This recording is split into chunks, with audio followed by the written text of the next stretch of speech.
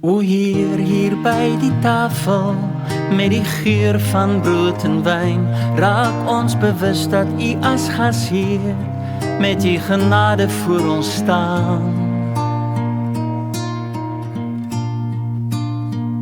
Ons raak bewus, Heer, van ons honger, wat ons soos bedelaars laat beaam, dat ons afhanklik van U voeding, met honger harte voor U staan.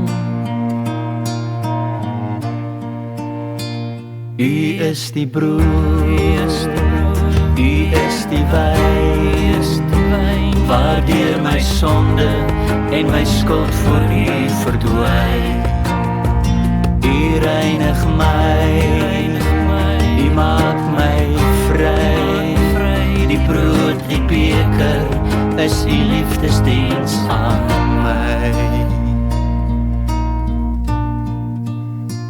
Daarom omhels ons hier die tekens, met ons swakheid sonder skroom, omdat ons weet dat U ons krag is, wat deur U volheid in ons woon.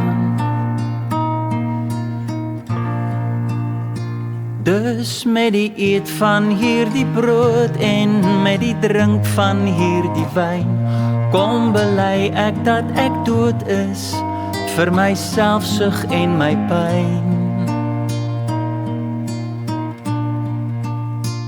Omdat U kruisdood ook my dood was, U het die offer so gebring, sodat U krag my nou kan volmaak, soos hierdie brood en hierdie wyn.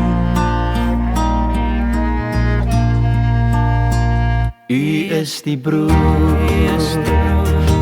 is die wyn, waardeur my sonde en my skuld voor U verdwyn. U reinig my, U maak my vry, die brood, die beker, is U liefdesdiens aan my. Ons vier U liggaam as die voedsel, waaruit ons leef en werk en droom, waaruit ons kragtig en uit liefde ook al U werke kan vertoon. Raak ons nou aan met U genade, met U genesing en U krag, deur ons gemeenskap met U self, Heer, hoef ons nie meer op U te wag. U is die brood, U is die wyn, waardeur my sonde en my skuld voor U verdwyn.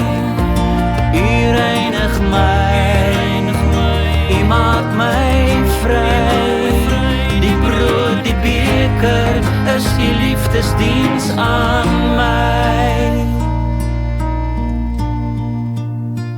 Raak ons nou aan met U genade, met U genesing en U krag, deur ons gemeenskap met U self, Heer, hoef ons nie meer op U te wag.